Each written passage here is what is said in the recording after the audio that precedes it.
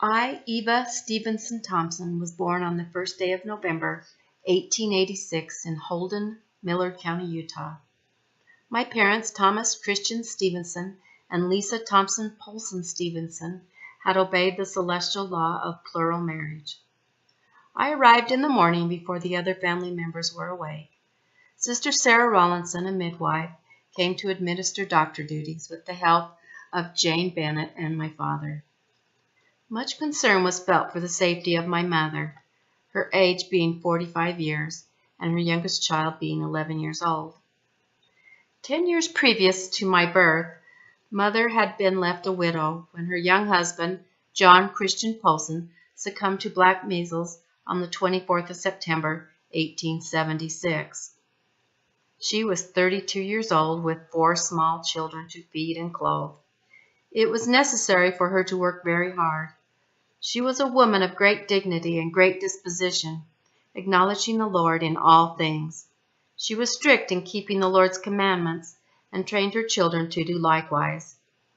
She wanted them to be useful and respectful citizens, and especially she was anxious her boys be taught to work, something they could only learn from a good man.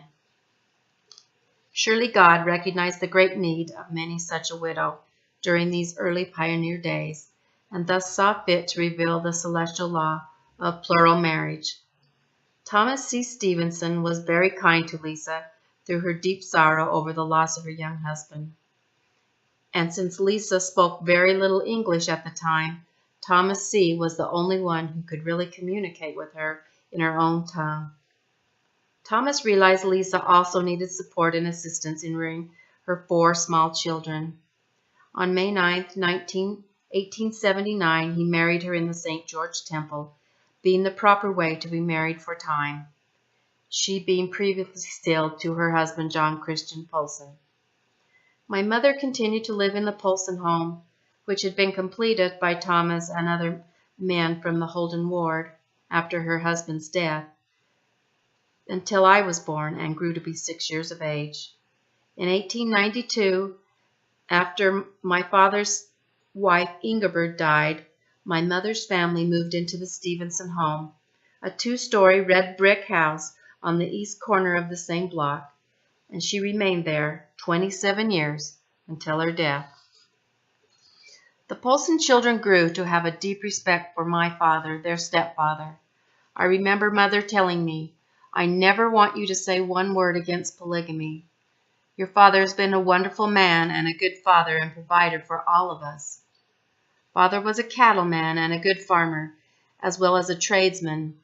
He was a brick mason and burned the lime for his own home, as well as many of the first homes in Scipio, Holden, Fillmore, Meadow, and also for their church. My parents suffered the trials and hardship of those early pioneer days.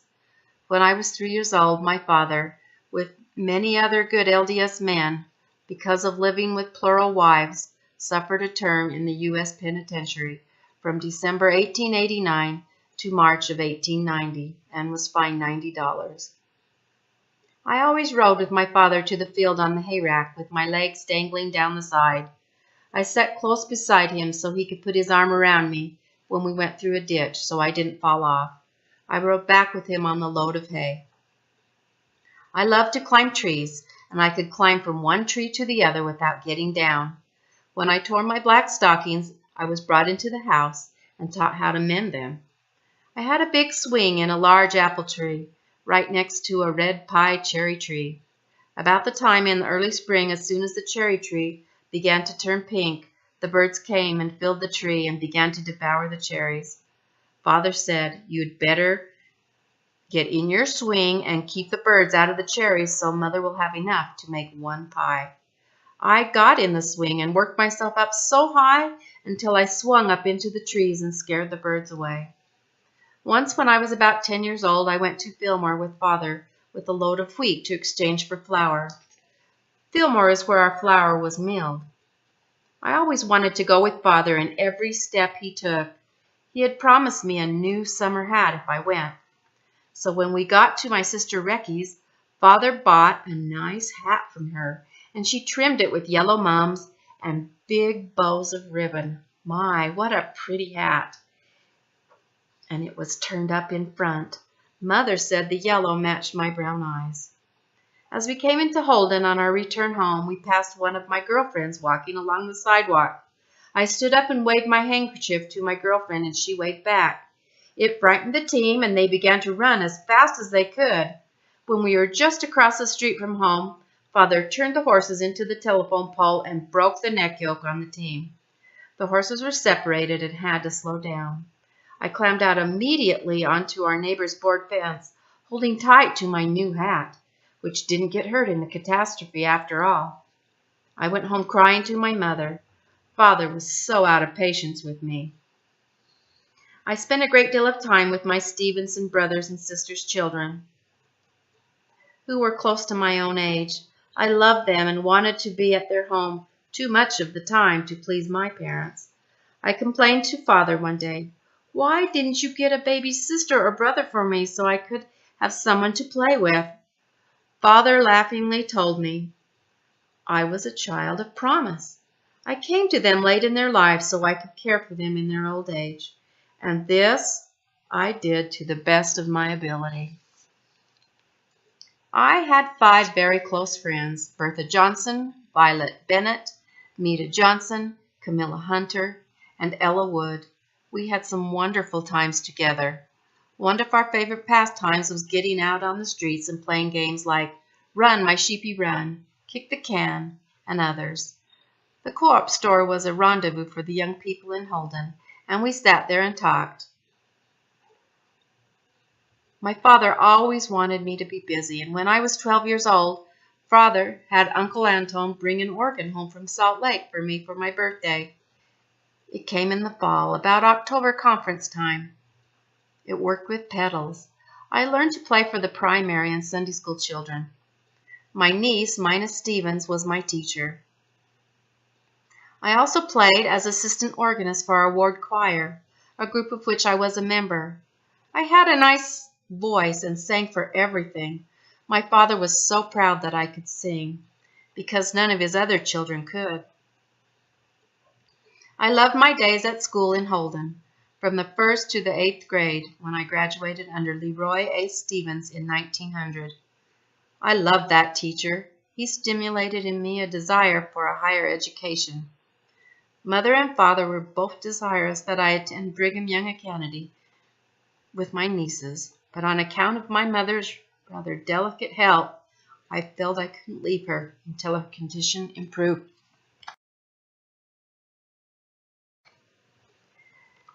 So I stayed home to help her. I made my own graduation dress and ones for 2 of my nieces. Mother taught me how to make all of my own clothes. When I was a real young girl, our crowd of girls were given the privilege of cooking a Thanksgiving dinner and had our boyfriends down to Meta Johnson's home. The ward was having a meeting, so my parents were there. I was supposed to furnish a chicken. I must have been 15 or 16 years old. I went to my home and caught a big white hen, I guess one of Mother's prize hens. I don't know how I did it, but I caught it and cut its head off. I took it to the house, built a fire in the stove, got boiling water and scalded it so I could pick the feathers. This was my very first time, but with the opportunity to cook a meal for our boyfriends, I could do almost anything. I got the chicken clean, wrapped it in a nice white dish towel, and carried it down to my girlfriend's. Together we made the dressing and we baked the chicken in the oven. The boys said it all tasted quite good. I had taken my best dress because there was going to be a dance that evening. My dress was a plain black serge, heavy corded at the waist, with blue satin gathered front and a full gored skirt. I had some pretty new shoes with big buckles made of blue beads. They were my first strap slippers, so I felt quite dressed up. I met William Leslie Thompson, son of William Riley and Rosetta Johnson Thompson of Scipio, at our spring conference. When we got home after this conference, Leslie wrote me a letter. From then on, we corresponded for 7.5 years. We grew to like each other better all the time. When I was 16, Holden had an epidemic of smallpox, and the whole town was quarantined, so Leslie couldn't come over, but our letters were written every week. After I was 16, I used to be allowed to go over to Scipio and spend a couple of days when there was a special dance. We went in buggy and team. My parents were strict with me and insisted that I always be home by 10 o'clock at night. Leslie was the only boy that was allowed to come in the house and spend an hour with me. When 10 o'clock came, he had to go home. On nights when there was a dance, I had to come right home. Father said, "Don't hang on the gate." But one night, Leslie and I sat on a milk stool and Dad couldn't see us. So he came to the door and called to see if I was there. He was in his long white garments and I was so embarrassed. On nights when I knew Father was waiting for me and it got to be late, I stood up on a chair and stopped the clock. But it got stopped too many times and finally Father said, "Lisa, we must take this clock to Scipio to Peter. It's been stopping so many times lately." So the clock was taken to Scipio and Peter went over it but said there was no reason for the clock to stop. My folks used to let me go to Scipio quite often for holiday dances. Then Leslie went on his mission when I was 17 years old. We wanted to get married, but our parents didn't let us. Mother told me, "If you live a good life and wait for your missionary, you will never have an unhappy day." So the next fall I went to Brigham Young Academy to school. After I'd been there 2.5 months, I received word that my mother had taken ill, so I went home. She had pneumonia. On the night of the 7th of December, 1906, we thought she was feeling better. I made a robe for her. Later in the evening, she dictated a letter to me, and after the letter, she told me to turn out the light and go to bed. The next morning at 4 o'clock, she was gone. I felt deep grief over the loss of my mother, since she had been my sole companion through these years. At the time, my sister Pauline, who had lost her husband, was living with my father at the Stephenson home with her 3 children. This made it possible for me to leave Father and Mother's death to attend school. Leslie came home from his mission and spent a week in Provo seeing me. Then he went home to Scipio. When I came home from school in June, he had gone to work in Tropic with the cattle, and I didn't get to see him again until August. Because I hadn't quit school in April when Leslie came home, we had a little misunderstanding, and so we didn't even write. Uncle Anton had made arrangements to have Leslie over to speak at our Sunday night meeting.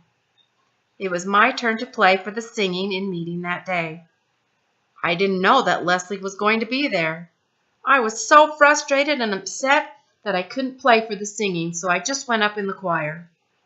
When the meeting was over, I acted like I didn't see him and walked out with my girlfriends.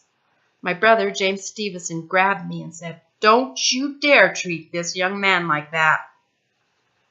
After the meeting, everyone went to our home for refreshments.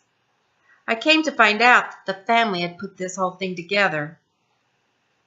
But we made up that night and were married 1 week later on September 2nd, 1908. My niece Bertha and I sewed night and day and made my wedding dress. Leslie's friend, Forrest Memon, and his girlfriend, Katie Esplin, were also getting married. They all came over to pick me up, to go to Fillmore, to get our license to be married. The night before Leslie and I left to be married, we went out in the orchard. Later that night, I was itching all over, and I found I was broken out with big, bold hives, perhaps nerves. My Aunt Pauline said, "You can't go to the temple tomorrow. They won't let you in." I went to sleep, and the next morning when I woke up, there wasn't a hive. Leslie picked me up at 4 o'clock a.m.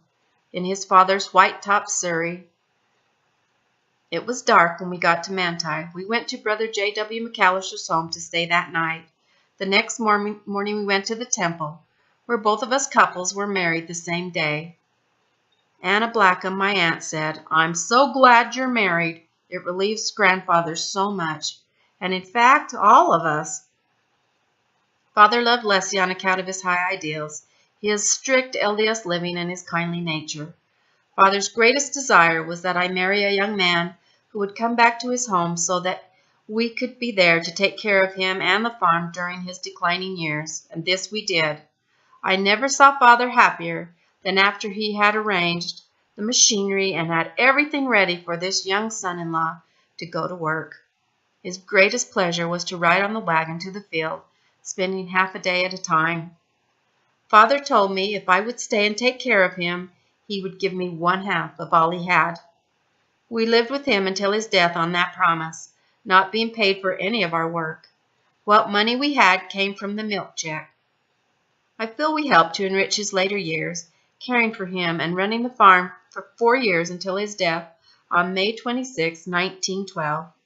Father was only in bed 11 days before his passing.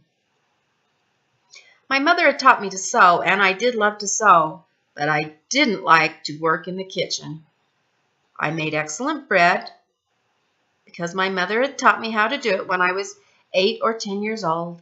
I had to help her mix it because of her poor health.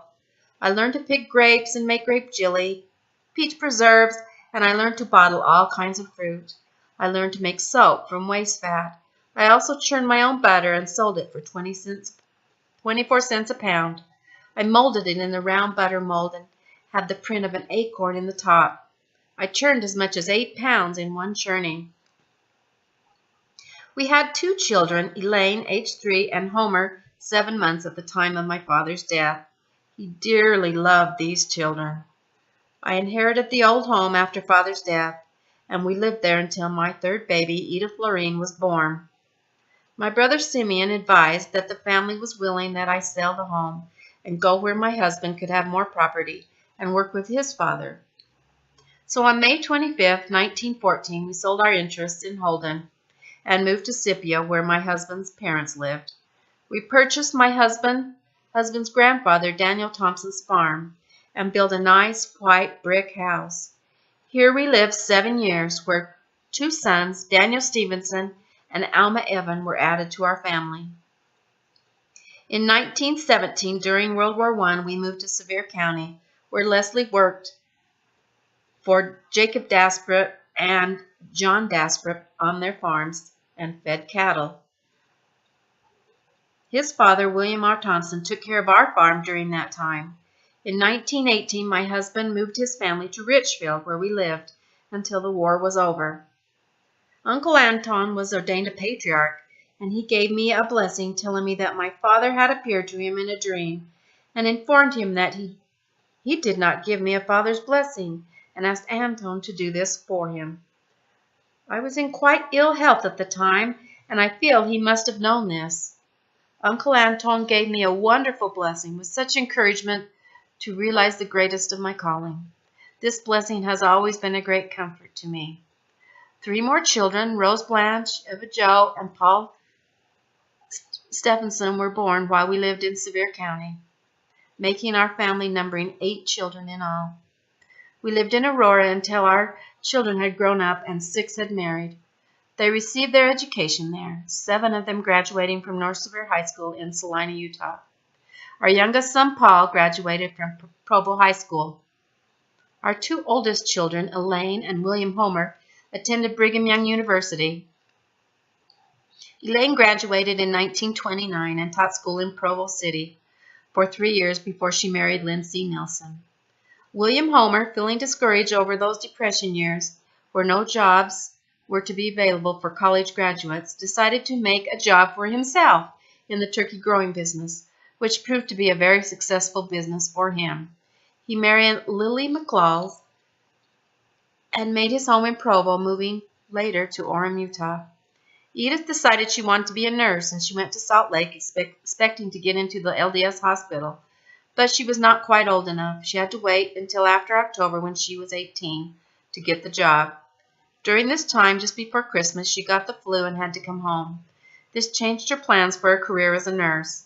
We let her go to California in September, and she spent until Christmas in the Agnes and Morley Golden home, where my sister Pauline lived. Then she came home and married in the spring Kendrick Harward. They made their home in Aurora, Utah, later moving to Richfield. Alma and Dan continued to help Leslie on the farm. Dan had a scholarship to go to school at Snow College, but that summer he broke his leg and was able to start his college work. Dan married Frances Ray Coons in May.